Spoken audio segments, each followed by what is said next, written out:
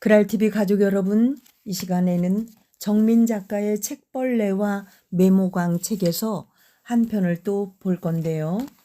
이 정민 작가는 이 서두에서 책을 향한 사랑, 기록에 대한 열정에 대해서 이렇게 말을 합니다.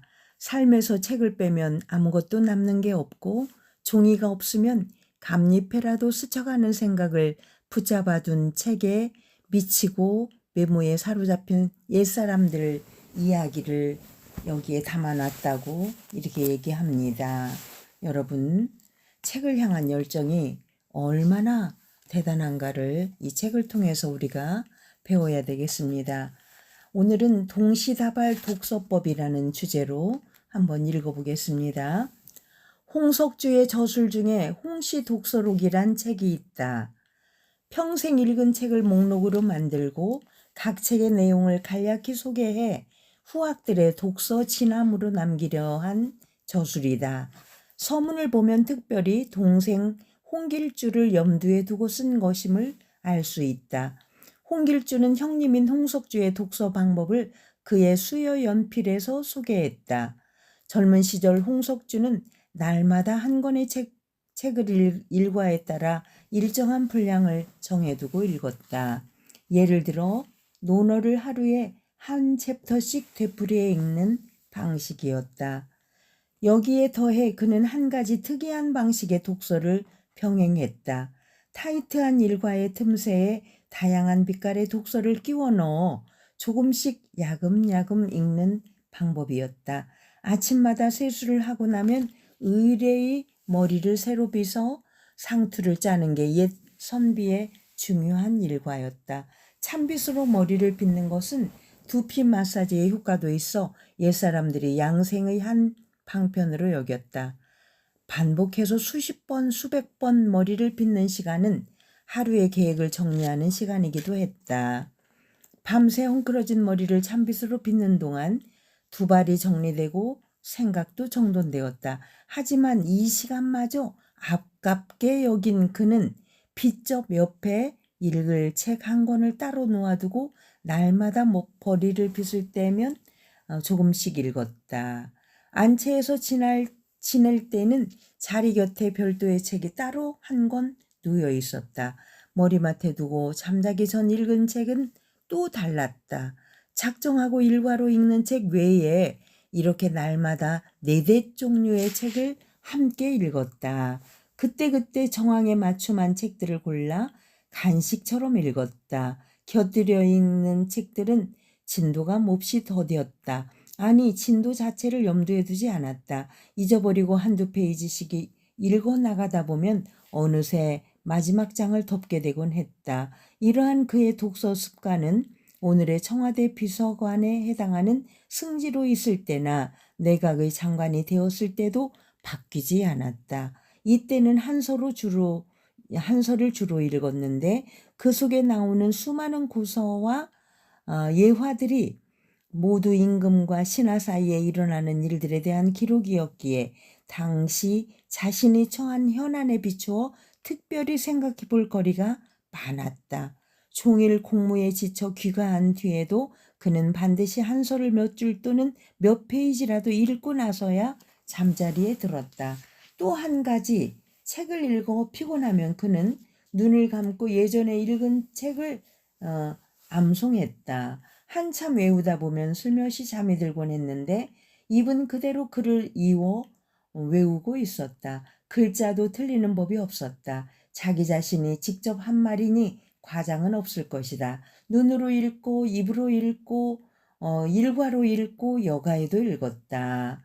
긴장하면 풀어주고 풀어주면 조여주었다. 홍석주는 일과는 하나도 빠뜨려서는 안 된다. 사정이 있다고 거르게 되면 일이 없을 때에도 또한 게을러지게 마련이다라고 말했고, 또 한 권의 책을 다 읽을 만큼 길게 한가한때를 기다린 뒤에야 책을 편다면 평생 가도 책을 읽을 만한 날은 없다. 비록 아주 바쁜 중에도 한 글자를 읽을 만한 틈이 생기면 한 글자라도 읽는 것이 옳다고 말해서 바쁘다는 핑계로 책 읽지 않는 것을 아무렇지 않게 여기는 우리의 일상을 부끄럽게 지적했다. 잊어버리고 하는 독서, 조금씩 습관처럼 반복하는 책 읽기는 뜻밖의 효과가 마디다. 삼시세끼를 먹는데 특별한 목표가 있을 수 없다. 새끼를 끼니 때마다 이유를 달고 먹지는 않는다.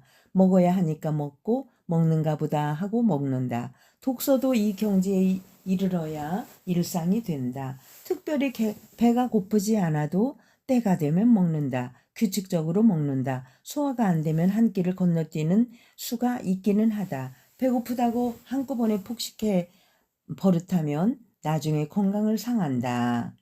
우리가 독서의 일상에서 멀어진 것은 새끼 밥 먹듯 독서하는 습관이 사라진 것과 무관치 않다. 무심코 책을 들던 손이 스마트폰만 찾게 되면서 우리는 생각의 주인이 되지 못하고 기계의 노예가 되어버렸다. 내 경우 오가는 전철에서 읽을 책은 출퇴근할 때 들고 다니는 가방 속에 반드시 넣어둔다. 주로 논문 작업 중인 고서일 때가 많다. 사람마다 취향에 따라 수필이나 소설책도 좋고 아니면 짧은 단위의 마디로 이루어져 아무데나 펴서 읽어도 되는 책도 좋다. 덮어놓고 진도를 잡아 뺄 생각하지 않고 천천히 음미하며 읽는다. 거실 소파나 침대맡에도 편하게 잡아둘 책 몇 권쯤은 안배에 놓아둔다. TV를 보다가 혹은 외출 준비가 덜 끝난 아내를 참을성 있게 기다릴 때 바로 잠이 들지 않는 비오는 저녁에 침대에 기대 앉는 짤막짤막한 토막글이 독서에 적절하다. 요즘은 운동의 필요성을 절박하게 느껴 아침마다 아파트 단지 안에 헬스장을 찾는다. 주로 사이클 머신에 앉아 페달을 밟는다. 공연이 켜진 TV 화면에 눈길을 주기가 싫어서 컬러로 출력해 제본한 관찰첩이나 문집 등을 들고 나가 TV 화면 위를 가려두고 읽는다. 구절이 눈에 쏙쏙 들어온다. 날마다 이상한 책을 들고 와 운동이랍시고 하는 행색이 괴이했던지 샤워실에서 평소 눈인사를 주고받던 이가 내게 묻는다. 혹 주역을 연구하세요? 아, 그는 나를 역술인으로 생각했던 모양이었다. 쓰기도 다를 게 없다.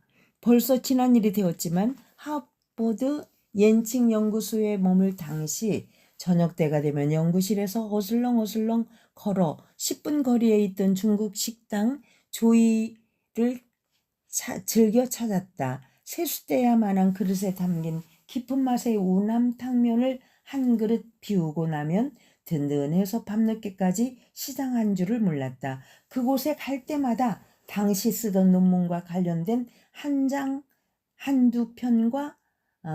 한두 편과 수첩을 꼭 챙겼다. 좀 전까지 골몰해하던 주제에서 잠시 빠져나와 주변 풍경에 눈길을 주면서 걷다 보면 미처 놓쳤거나 답답하게 제자리를 맴돌던 생각에 물고가 트였다. 식당에 도착해서 음식을 주문해 놓고 그것이 조리되는 사이에 나는 수첩을 꺼내 좀 전 걸어오면서 한 생각들을 메모하거나 가져온 논문, 별수에 또는 원문 한두 편을 읽곤 했다. 그 짧은 시간의 효용은 정말 위력적이었다. 메모는 순식간에 수첩 한 면을 꽉 채우고 다음 면으로 넘어가기 일쑤였다. 그때 즈음에서 음식이 나왔다. 어떤 때는 생각의 서술을 놓치기 싫어서 음식을 앞에 두고도 메모가 한동안 더 이어졌다. 식당에서 서빙을 하는 두 중국인 아가씨는 내가 갈 때마다 뭘 읽고 쓰는 게 신기해 보였던지 손님이 없어 한가할 때는 저만치서 턱을 괴고 야, 저 사람 봐라. 정말 빨리 쓴다 하며 저희끼리 소곤거렸다. 한자 투성이에 예책에 구두라도 떼고 있으면 힐끗 들여다보며 너는 한국 사람인데 어떻게 중국 책을 읽을 줄 아냐? 하며 지나다 말고 말을 걸어오곤 했다. 번체자로 된 옛날 책인 것을 확인하더니 저는 무슨 말인지 하나도 모르겠다고 웃다가 엄지손가락을 세우며 리하이 대단하다라고 말하기도 한다. 어느 날 내가 이제 귀국하게 되어 더는 올 수 없다고 하자 그녀들 가운데 한 명이 식당 구석에서 늦은 식사를 하다 말고 일어나 너를 오래 기억하겠다며 눈물을 글썽했다. 우리는 악수한 후 가볍게 허그를 하고 헤어졌다. 비로소 그곳을 떠난다는 실감이 진하게 왔다. 자투리 시간을 책 읽기와 글쓰기로 채우는 데는 연습이 필요하다. 하지만 익숙해지면 새끼 밥을 먹는 것처럼 자연스럽다. 앞에서 한번 소개했지만 전철과 소파에서만 작업한 결과를 하나하나 모아서 엮은 책이 내게 여러 권 있다. 주로 짧은 옛글을 번역하고 거기에 내 단상을 붙인 한서, 이불과 눈업 병풍, 마음을 비우는 지혜, 죽비소리, 성대중 처세어록, 도류에 새긴 생각, 와당의 표정 같은 책들이 다 그렇게 나왔다. 한밤중에 잠 깨어 나, 다산 어록 청상, 오직 독서뿐 같은 책들도 대부분 정색을 하고 쓴 것이 아니라 자투리 시간에 하나씩 둘씩 누적해서 집적된 결과를 모은 것이다. 처음 매뉴얼만 정확하게 잡아놓고 시작하면 한 권의 분량이 묶이는데 그다지 많은 시간이 걸리지 않는다. 잊어버리고 하면서 하나하나의 내용을 음미하다 보면 어느새 한 권의 분량에 다 있었다. 하루 세 끼 차려 먹는 밥상이 중요하지만 중간중간 군것질도 맛있다.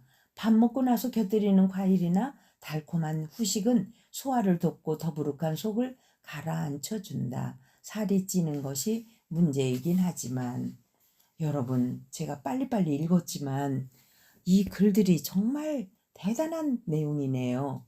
여러분, 독서를 지금 마음 먹고 한 권을 읽는 것도 우리가 참 맘먹기 힘든데 그 책 한 권을 읽는 사이사이에 짜투리 시간마다 읽는 곳이 그 손 닿는 곳이 다 다르잖아요. 소파에서 잠시, 또 밥 먹을 때 잠시, 또 전철역에서 기차를 타고 가는 동안 잠시, 또 잠자기 전에 잠시, 이렇게 그때그때마다 손 닿기 쉬운 곳에 책을 놓고 그 책을 읽은 것들로 이분은 또 다른 책을 엮었어요. 많은 책을. 이게 정민이 정말 대단한 작가네요. 책벌레일 뿐더러 메모강이기도 하다. 여러분, 오늘 아주 우리에게 소중한 자료를 정보를 제공한 정민 작가에게 감사의 마음을 전합니다. 그랄TV 윤석희 독서의 계절 가을에 여러분 많이 읽고 또 많이 쓰고 일기도 쓰고 이렇게 하자고 강하게 또 말씀드려 봅니다. 윤석희였습니다. 감사합니다.